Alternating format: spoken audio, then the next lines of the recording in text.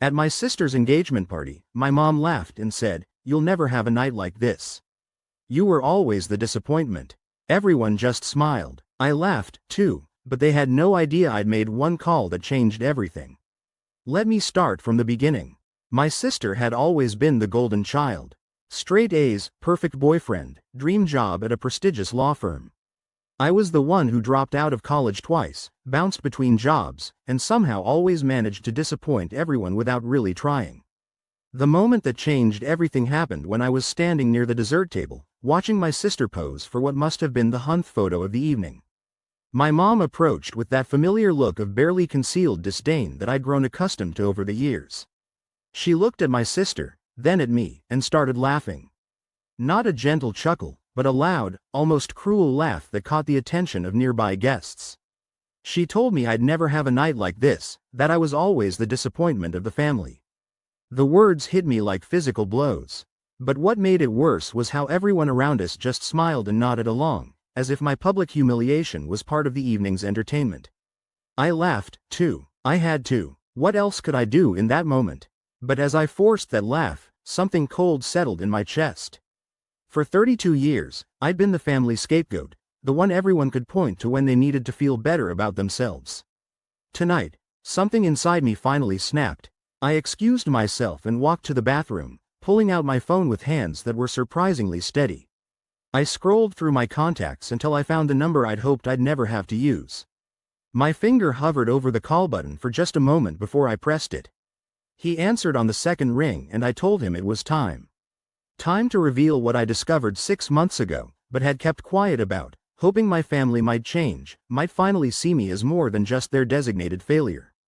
The conversation was brief, professional. By Monday morning, everything would be different. You see, while my family saw me as a disappointment, they'd never bothered to notice what I actually did for work. They assumed I was still the same screw-up I'd been in my 20s, bouncing between dead-end jobs and bad decisions. They had no idea that I'd spent the last 5 years working as a private investigator, building a reputation for finding things people desperately wanted to keep hidden. 6 months ago, I'd been hired by a woman who suspected her husband was having an affair. Standard case, good money should have been straightforward. But when I started following the husband, I discovered something that made my blood run cold. The man wasn't just having an affair. He was having an affair with my sister. I sat in my car outside that downtown hotel for 3 hours, watching them through the window of the restaurant, then following them upstairs. I had photos, timestamps, credit card receipts, everything needed to prove that my perfect sister had been sleeping with a married man for over a year, all while planning her engagement to her unsuspecting boyfriend. But I kept quiet. Part of me hoped she'd come clean on her own, that maybe this was just a phase she'd work through. I told myself that destroying her life wouldn't make mine any better. I convinced myself I was being the bigger person. Tonight changed all that. The person I called was my client, the wife who'd hired me 6 months ago. I'd been stalling, giving her excuse after excuse about why I needed more time to gather evidence. But tonight, I told her everything was ready. I'd email her the complete file first thing Monday morning. I returned to the party and spent the rest of the evening watching my sister dance with her fiancé, her face glowing with happiness and champagne. My mom continued making subtle digs at me throughout the night, each comment sharper than the last. My dad joined in occasionally, making jokes about my career choices and asking when I planned to get my life together. I just smiled and nodded, counting down the hours until Monday. Update 1. Monday morning arrived with unseasonable rain. I sent the email at exactly 9 a.m., along with a detailed report and a flash drive containing all the evidence.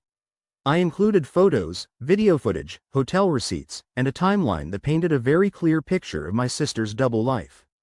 My client called me within an hour. She was crying, but she thanked me. She'd suspected for months, but seeing the proof was both devastating and liberating.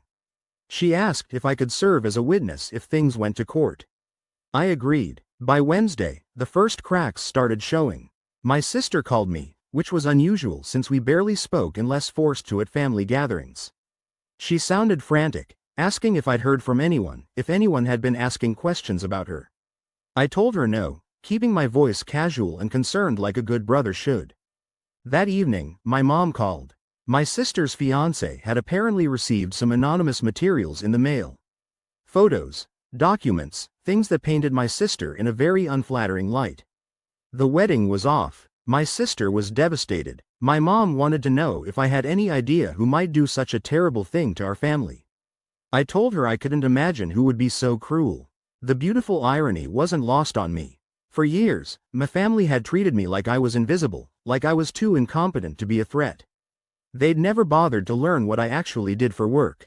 Never showed interest in my life beyond making sure I knew how disappointed they were in me.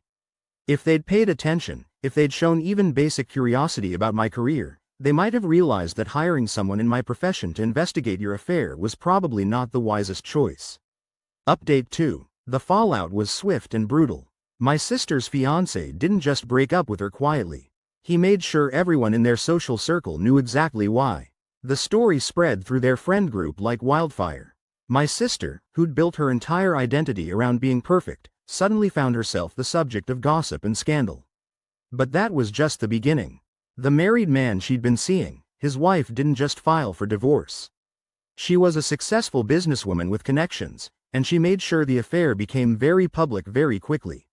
She leaked the story to local news outlets, framing it as a story about professional ethics.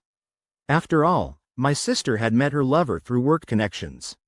My sister's law firm, one of the most prestigious in the city, couldn't ignore the negative publicity. They didn't fire her immediately, but they made it clear that her partnership track was permanently derailed. The whispers in the office, the sideways glances, the sudden exclusion from important cases. It all added up to a hostile work environment that would eventually force her to leave. My parents were in full damage control mode. My mom, who'd spent years talking about my sister's achievements to anyone who'd listened, suddenly found herself making excuses to friends and neighbors about why the wedding was canceled so suddenly. The most satisfying part was watching my dad, who'd always prided himself on being a good judge of character, struggle to reconcile the daughter he thought he knew with the woman the evidence revealed her to be. My mom called me again, this time crying. She asked if I could help somehow, if I knew anyone who might be able to make this all go away. The desperation in her voice was something I'd never heard before. For the first time in my life, she was coming to me for help instead of lecturing me about my failures. I told her I'd look into it, knowing full well there was nothing I could or would do. Update 3. 3 weeks after the engagement party, my sister showed up at my apartment. I'd been expecting this visit, though I was surprised it took her this long. She looked like she'd aged 5 years and 3 weeks. Her usually perfect hair was pulled back in a messy ponytail, and I could see she'd been crying. She asked if we could talk, and I let her in. She sat on my couch and broke down completely, telling me how her entire life had fallen apart, how she didn't understand how everything had gone so wrong so quickly. Then she looked at me with desperate eyes and asked if I thought this was karma. If maybe she deserved what was happening to her. She said she'd been thinking about all the times she'd joined in when our parents criticized me, all the times she'd acted like she was better than me. For a moment, I almost felt sorry for her, almost. But then I remembered the engagement party. I remembered 32 years of being treated like the family failure. I remembered every snide comment, every disappointed look, every time I was made to feel like I wasn't good enough to share the same air as the rest of them. I told her that sometimes life just works out in unexpected ways. I said that maybe this was an opportunity for her to start over, to build something real instead of the perfect facade she'd been maintaining. I even offered to help her find a new job, to use my connections to get her a fresh start somewhere else. She hugged me and thanked me, calling me the only person in the family who'd ever really been there for her. The irony was almost too much to bear. Final update. It's been 6 months since the engagement party that changed everything. My sister ended up taking a job in another state, essentially starting her life over from scratch. The scandal followed her for a while, but she's slowly rebuilding her reputation and her confidence. My parents have been forced to confront some uncomfortable truths about their golden child and by extension about their treatment of me over the years. My mom actually apologized to me last month, admitting that they'd been unfair and that maybe they'd never really given me a chance to succeed. It was too little, too late, but I accepted the apology gracefully. The married man lost everything in his divorce and faced professional consequences of his own. His wife got a very favorable settlement and has since started a nonprofit organization focused on helping women who've been betrayed by unfaithful spouses. As for me, my business has never been better. Word got around about the thoroughness of my investigation, and I've had more clients than I can handle. I'm thinking about expanding, maybe hiring an assistant.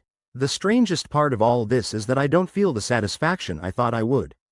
Watching my sister's life crumble didn't make me feel better about my own. It didn't erase years of hurt and disappointment.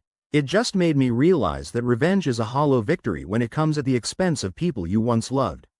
But it did teach my family a valuable lesson about underestimating people.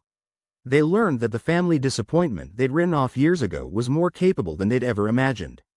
They learned that treating someone like they're invisible doesn't actually make them powerless. Sometimes it just makes them dangerous. Most importantly, they learned that words have consequences. That casual cruelty delivered with a smile and a laugh can fester and grow into something much darker. I still go to family gatherings, though the dynamic has changed completely. No one makes jokes about my career anymore. No one questions my life choices or treats me like the family failure. There's a new weariness in their interactions with me, a careful respect that wasn't there before. Sometimes I catch my mom looking at me with something that might be fear. And I wonder if she's finally realized that the quiet son she'd dismissed for so many years had been paying attention all along, cataloging every slight, every insult, every moment of casual cruelty. The truth is, I could have destroyed them all if I'd wanted to. The investigation into my sister revealed other family secrets, other vulnerabilities that could have been exploited.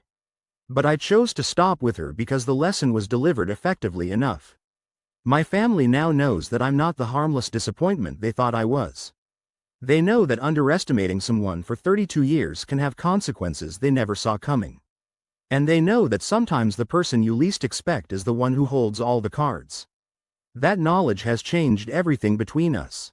And honestly, I'm not sure if that's a good thing or not, but it's definitely taught them to think twice before they laugh at someone else's expense.